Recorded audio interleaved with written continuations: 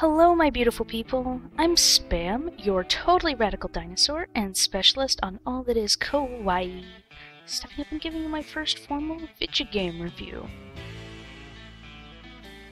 So a while back, Hotline Miami 2 came out, and all my friends rushed off to get it like a bunch of frenzied barbarians. God bless them. I figured now was a good time as any to pick up the first installation of the series, which I played for a total of about 10 minutes before getting intensely seasick. So instead of getting Hotline Miami 2, I picked up a sequel to a different indie gem, Shelter 2. Talk about a radically different tone.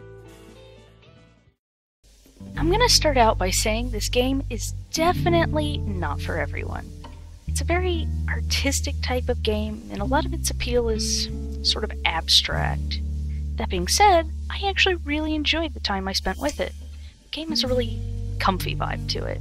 From the colorful world to the soothing soundtrack, it really manages to immerse you in its world. You play as a mother lynx who's recently had cubs, and it's your job to go out and find food for your babies, take care of them, and ensure they grow up into strong, healthy, happy adults who'll have babies of their own. Now, I jokingly called the game Kitty Walking Simulator with my friends because, well, that is a lot of the game.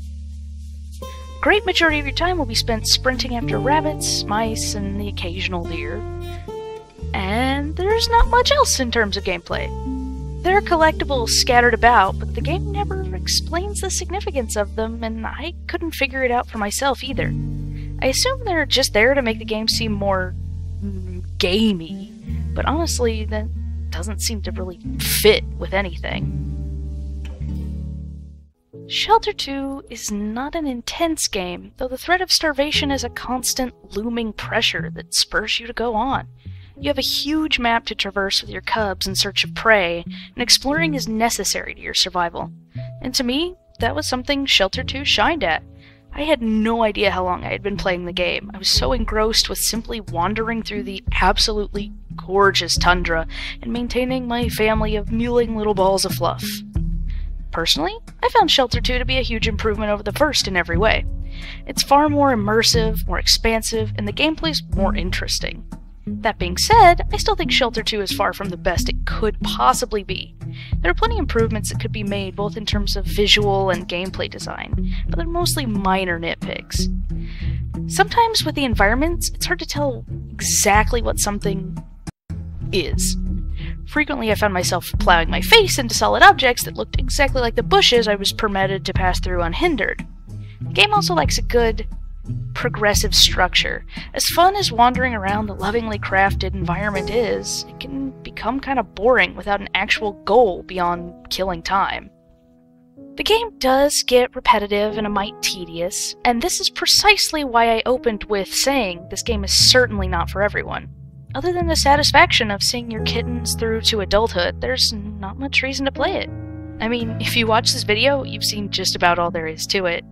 And if it looks like a good time to you, by all means pick it up. Though honestly, despite the fact I enjoyed it, I just don't think I could bring myself to recommend it. Regardless of that, I will be looking forward to a Shelter 3. I feel like the series has a good concept, and there's a lot of places they can yet go with it. Nature's pretty wild after all. I mean, everything between grizzly bears to sparrows have interesting life cycles, and I think they could be translated into amazing survival games. And I think it beats the hell out of another zombie survival crafting kickstarted abandonware game clogging up Steam.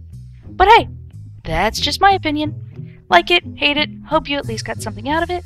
Got questions, comments, suggestions, insults? Toss them into the comments. I'll get back to you. Till then, stay gold.